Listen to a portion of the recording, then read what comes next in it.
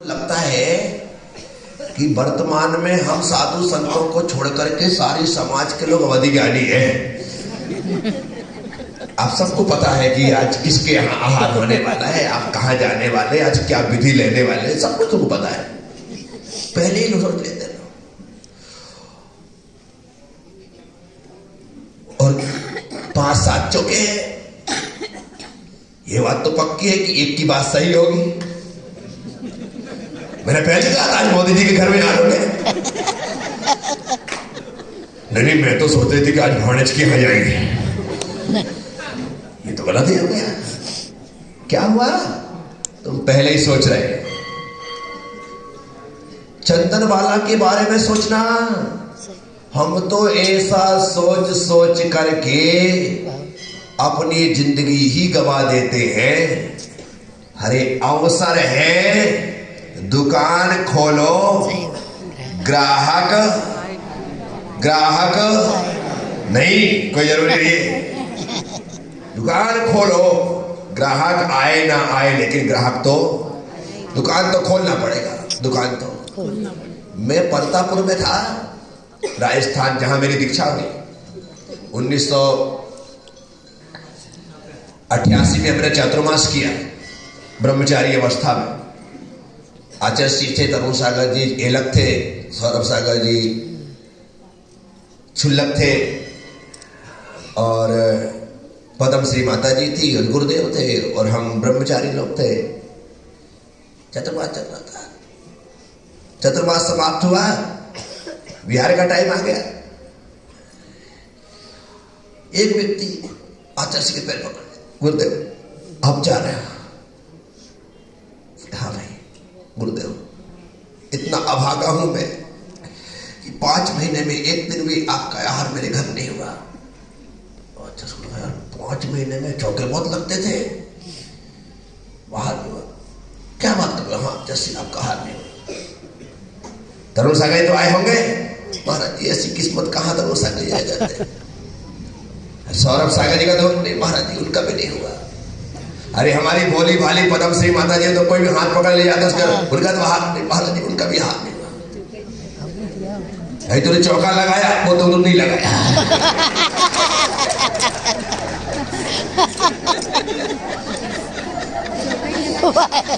आज मेरे चौका नहीं लगाया, पट्ठा रो रहा है कि हाथ नहीं हुए। बताओ।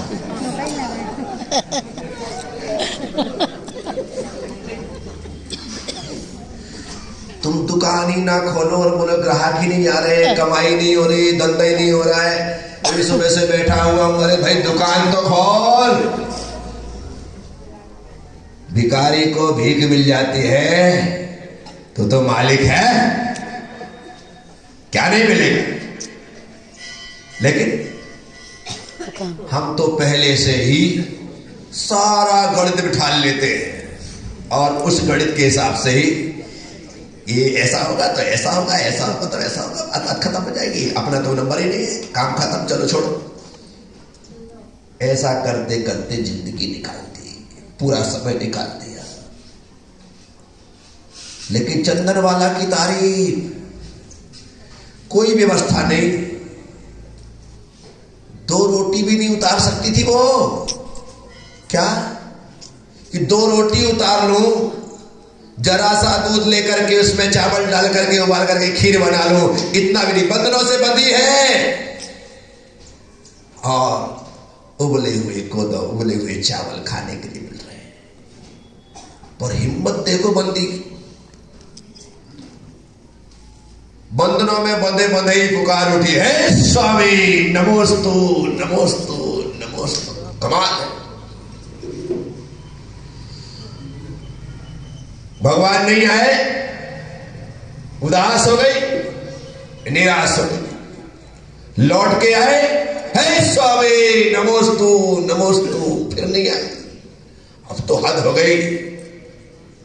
लेकिन जैसे ही प्रभु फिर लौट करके आते हैं, चंदनवाला के उद्धार के लिए नहीं, नारी जाति के कल्याण के लिए भगवान महावीर चंदनवाला के सामने आकर के खड़े हो जाते हैं। राजा महाराजा सेठ साहूकार सब देखते रह गए। चंदन वाला के सामने महावीर आके खड़े हो गए। हिम्मत तो करो, क्या नहीं होता है। इतना ही नहीं, महावीर आके खड़े हुए, बंधन टूट गए। बंधन, जो कर्मों के बंधन से मुक्त होने वाला है, उसके सामने उसका भक्त बंधनों में कैसे हो सकता है? संभव ही नहीं है। बंधनों को तर तर करके टूटना पड़ा। केस विहीना थी, स्त्री बिना बालों के अच्छी नहीं लगती। स्त्रियों के बाल सौभाग्य के प्रतीक होते। वो बात अलग है कि वर्तमान में स्त्रियां बाल कटवाने लगी हैं। माफ करिएगा, एक कटवाने, अन्यथा जैसे सरदार अपने बालों में कैंची नहीं चलवाते हैं, वैसे महिलाएं अपने बालों में कभी कैंची नहीं चलवाती हैं। अब आजकल तो ब्यूटी पार्लर में जाओ तो 2-5 हजार रुपए कहाँ निपट जाते पता ही नहीं लगता। बोलो ना हाँ।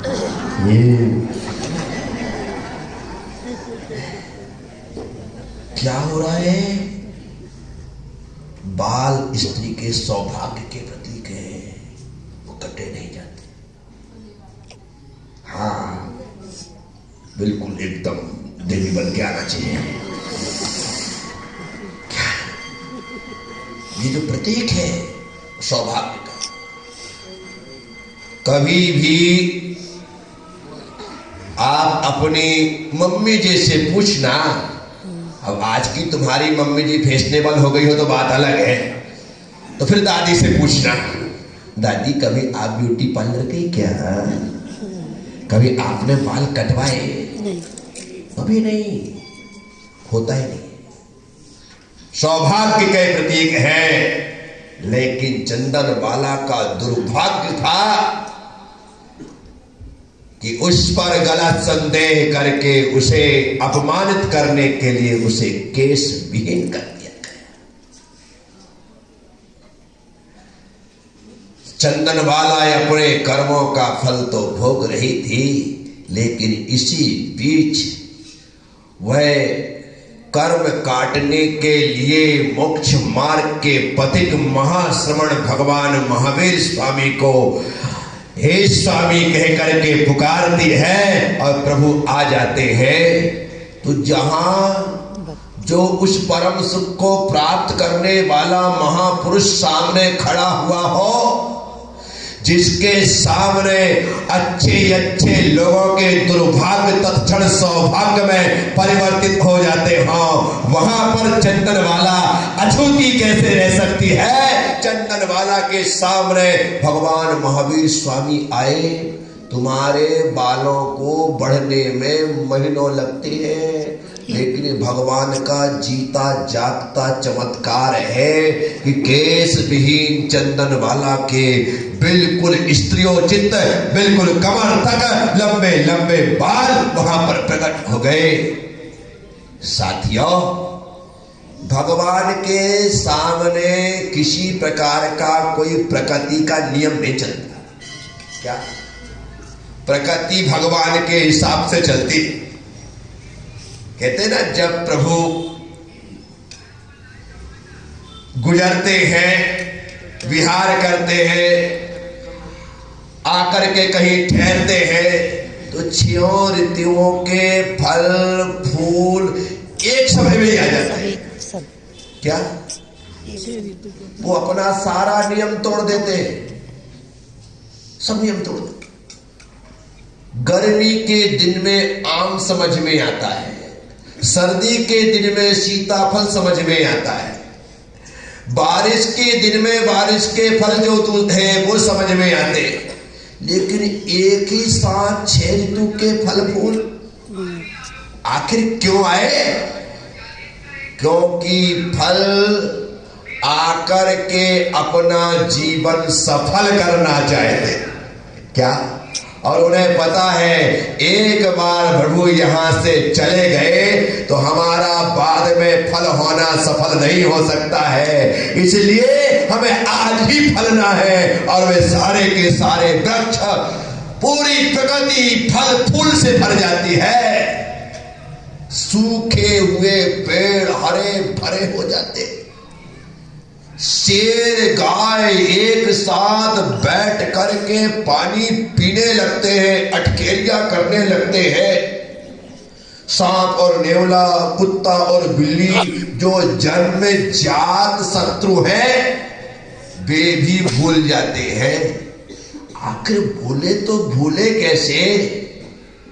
क्योंकि उन्हें हमको दिखाई दे रहा है कि कुत्ता बिल्ली साथ साथ, सांप नेवला साथ साथ, शेर गाय साथ साथ बैठे हैं, लेकिन उन लोगों को ये दिखाई नहीं दे रहा है कि शेर को कि मेरे पास गाय है। उन्हें तो सिर्फ भगवान ही दिखाई दे रहे हैं और कुछ दिखता ही नहीं है। जब कोई दिखेगा नहीं तो बैर काहेगा?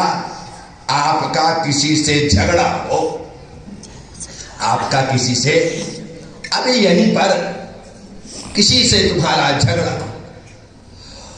और आप यहां पर आकर के बैठी है पहले से या बैठी है पहले से, आपकी दृष्टि मेरे ऊपर, आपके कान मेरी तरफ, पूरा ध्यान आपका मेरी तरफ है। और जो आपका दुश्मन है वो वहां से चला, उसका भी ध्यान मेरी तरफ, और वो आया और आकर के तुम्हारे बाजू में बैठ गया।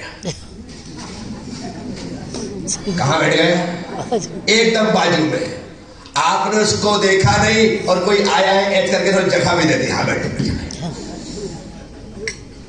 क्या किया है आपने? उसे बिठा लिया, पूरा प्रवचन सुन लिया, सब कुछ हो गया। जैसे ही गुरुदेव का प्रवचन समाप्त हुआ,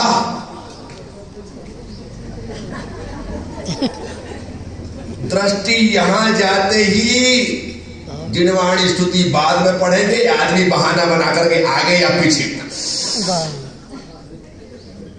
क्या हुआ? जब गुरु के समक्ष ऐसी स्थिति होती है, जबकि मेरे जन्म के ज्ञान के देवकृत कोई अतिशय नहीं है, फिर बिना अतिशय के अतिशय हो जाता है। वहां तो साक्षात भगवान केवल ज्ञान और देवकृत अतिशय को लेकर के है, तो वहां तो ये बात एकदम सामान्य सी है। आप स्वयं देखो, होता है।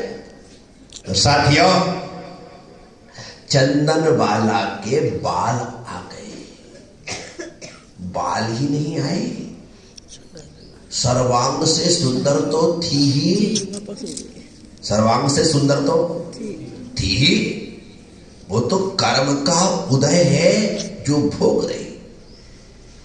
अब भगवान महावीर स्वामी को आहार देना है। क्या देना है? आहार। विचार करना,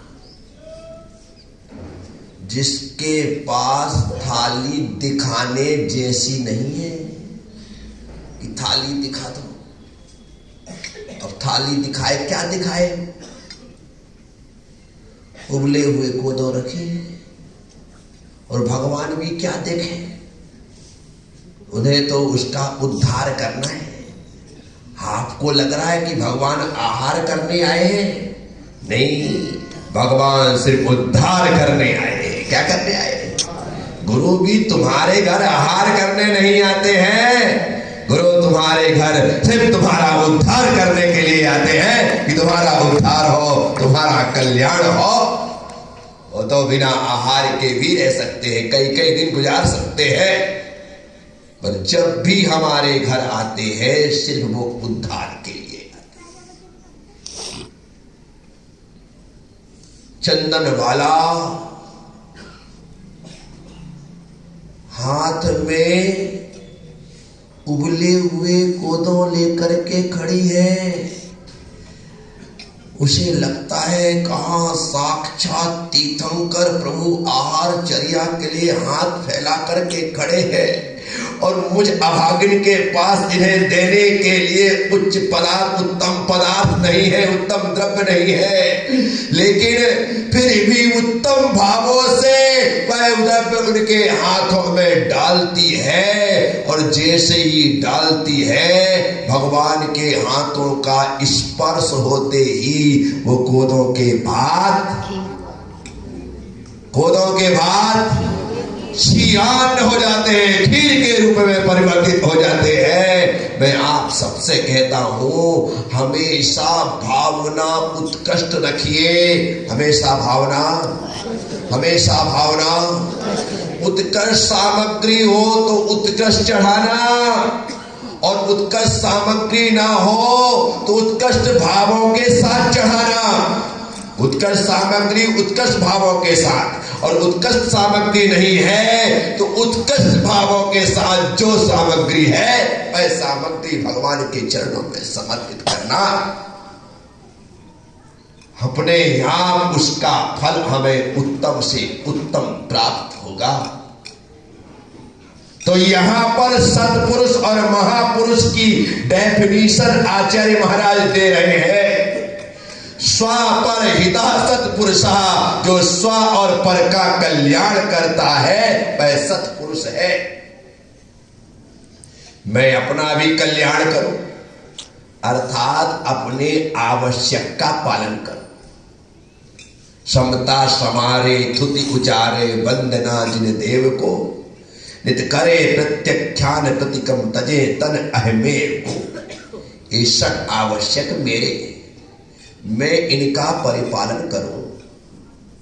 तुम्हारे चक्कर में मेरे आवश्यक ना छूटे। श्रावकों को उतना ही साथ देना है और उतना ही हाथ देना है जिससे तुम गिरने से बच जाओ, परंतु इतना मत देना कि तुम ही गिर जाओ। क्या? उतना ही दो कि तुम बराबर, उतना साथ जितना तुम्हें जरूरी है, उतना हाथ जितना तुम्हें। बाप बेटे को अंगुली पकड़ाता है, क्या पकड़ाता है? बोलो, अंगुली पकड़ाता है। ऐसा नहीं पकड़ाता कि पूरा हाथ पकड़ ले, एक कंधा पकड़ ले, नहीं, अंगुली पकड़ाता है।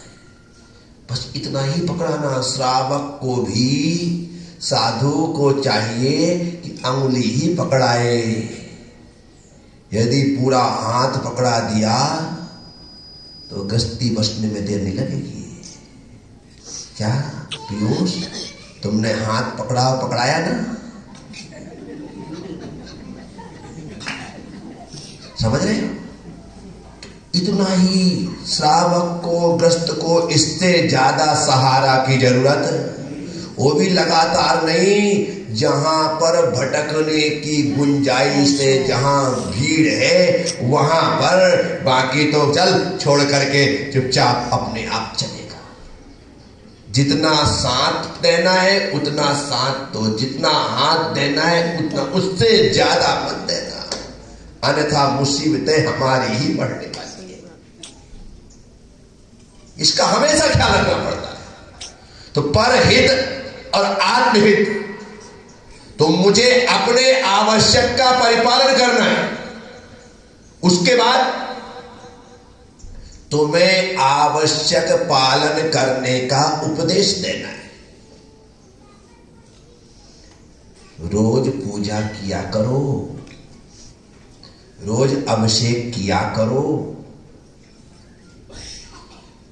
रोज गुरुओं के सत्संग में बैठ कर के स्वाध्याय किया करो, उनकी सेवा किया करो, उन्हें आहार दिया करो। गुरुजन ना हो तो घर में बैठकर, मंदिर में बैठकर स्वाध्याय किया करो। कब तक असंयम में जीवन जियोगे? इंद्रिय संयम और प्राणी संयम का पालन करते हुए संयम को धारण करो। खाते पीते कितने दिन निकल गए, अभी तक तृप्ति हुई क्या? अष्टमी चतुर्दशी को उपवास किया करो, एकासन किया करो, रस का त्याग करके भोजन ग्रहण किया करो। चतुर्विध संघ को 4 प्रकार का दान दिया करो। ये उपदेश मुझे देने हैं। यदि मैं नहीं दूंगा तो तुम बोलो, तुम उस रास्ते पर अपने मन से चलने वाले नहीं हो। तो छोटा बच्चा होता है ना,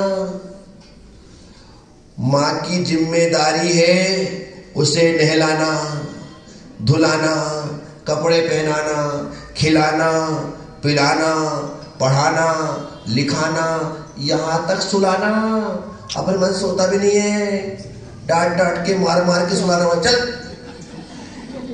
सुलाना पड़ता है। खेलता नहीं, खाता नहीं है, खिलाना पड़ता है। दूध से भागता है, दूध ना पीना पड़े तो मजा आ जाए। लेकिन माँ तो माँ होती है।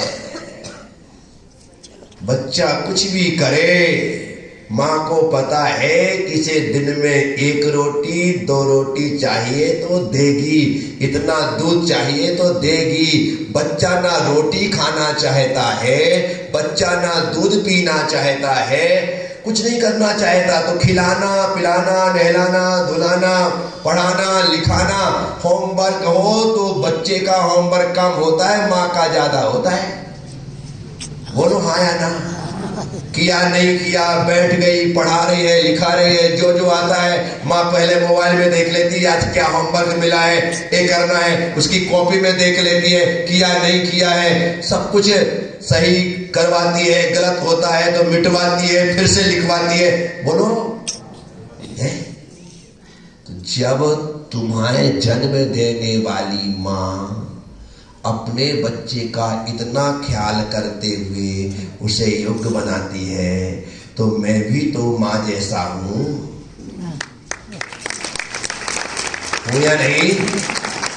गुरु पूर्णिमा, बोलो गुरु पूर्णिमा। गुरु पूर्णिमा, तो जो पूर्णिमा है उसको कह दो गुरु पूर्णिमा। ये माँ तो अधूरी माँ है, पूरी माँ तो सिर्फ गुरु ही है। पूरी माँ तो गुरु ही है, जो इस लोक को भी संवारता है और परलोक को भी संवारता है। तुम्हारी माँ सिर्फ इस लोक को संभालती है, इसलिए अधूरी माँ। और गुरु ये लोक के साथ परलोक को संभालता है, इसलिए पूर्ण माँ। समझ ले? गुरु का दायित्व तो है वो तुम्हें सिखाए, वो तुम्हें सुझाए, वो तुम्हें समझाए। कल रात में मोदी जी अपना मोदी पुराण सुना रहे थे। भैया वृत्ति के लिए आते हैं, 1 मिनट तो पांव दबा ले और अपना उच्चासन ग्रहण करके बैठ गए, बिल्कुल सेंटर में गणपति की स्थापना। छोड़ना है। अब जिसे छोड़ रहे हो वो कोई ऐसे छोड़ के जाने वाली है क्या? है? पुराना किरायादार होता है ना मोदी जी, पुराना किरायादार होता है। जितना उसने 40 साल में किराया नहीं दिया, वो खाली करने के लिए 80 साल का माल लेके जाता है। क्या सीधा बोलता है कि मुझे खाली करना है, कर दूंगा, लेकिन मुझे तो यहाँ रहते रहते मैं कहाँ जाऊंगा, इसलिए मुझे 20 लाख चाहिए, 25 लाख चाहिए, ऐसा चाहिए। किराया कितना था भैया तेरा? 40 साल पहले 10 रुपए में किराए में रखा था, 5 रुपए में किराए में रखा था, बढ़ते बढ़ते अभी सिर्फ 100 ही रुपए देता है। सारा हिसाब किताब लगा लो तो लाख रुपए भी नहीं है, लेकिन 20 लाख मांग रहा है। ये तम्बाकू तुम्हारी किराएदार है। क्या है? किराएदार है। वो ऐसे खाली नहीं होगी, उसको कोर्ट केस करो इस कोर्ट में आके, इस कोर्ट में आके केस करो, फिर हम आपको अपना ही सरकारी वकील देंगे और वो आपकी तरफ से लड़ेगा। पर लड़ने में ईमानदारी के साथ आपको साथ देना पड़ेगा। 3-4 दिन आपको, जो ऐसे क्रिमिनल लोगों को पकड़ लेते हैं ना, वो लोग जेल जा करके दूसरे दिन ही बीमार हो जाते हैं। क्या हो जाते हैं? बीमार हो जाते हैं और उनको सीधे तिहाड़ से निकाल करके अपोलो हॉस्पिटल ले जाया जाता है। तो आपके भीतर से वो निकलेंगे ना, तो हो सकता है 1 दिन 2 दिन आपको एडमिट भी होना पड़े अरिहंत या आदित्य में, एडमिट भी होना पड़े। लेकिन टेंशन लेने की जरूरत, ये गारंटी है छोड़ने पर तुम बीमार होगे लेकिन मरोगे नहीं। ये मेरी गारंटी, छोड़ने पर बीमार होगे, बेकार सा लगेगा, पेट भारी भारी लगेगा, मौसम नहीं बनेगा, जाकर के बैठोगे तो कुछ होगा ही नहीं। दिन में 1-2 बार कोई तकलीफ नहीं। इनकमिंग चालू रखो, कब तक आउटगोइंग नहीं होगी।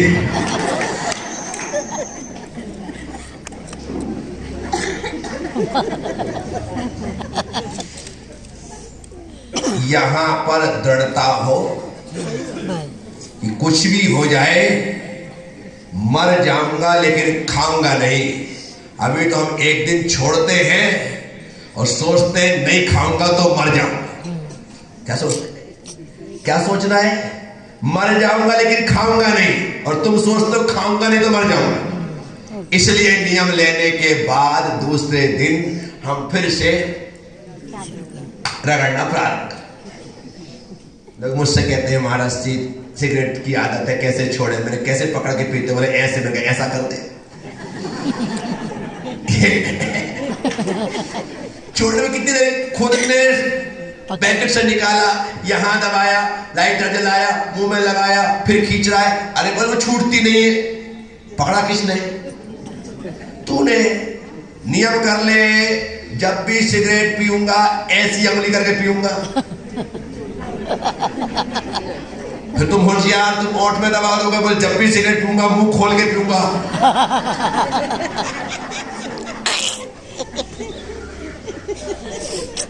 बताओ, अब इससे सरल उपाय में क्या बता सकता हूं छोड़ने का? फिर बोलते हैं कि मैं नहीं छोड़ रहा हूं, तो रोज घर में झगड़े होते हैं, निर्मला बोलती रहती है, बच्चे बोलते रहते हैं, दुनिया की बात होती है, सबकी सुन रहे हैं लेकिन फिर भी नहीं छोड़ रहे। बोलो, आपने बोला था इसलिए मुझे बोलना पड़ा, मैं झूठ नहीं बोला बिल्कुल भी।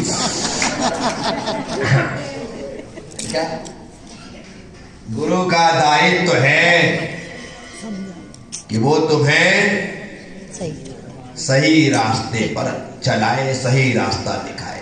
तुम चलो ना चलो तुम्हारी मर्जी, लेकिन मैं रास्ता दिखाना बंद करने वाला नहीं हूं।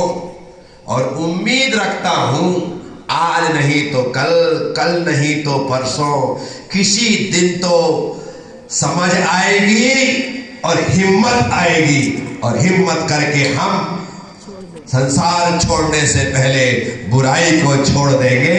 बस यही हमारा दायित्व होना चाहिए। तो मैं कह रहा हूं परहित स्वपरहिता सत्पुरुषः परहित चरितो महापुरुषः।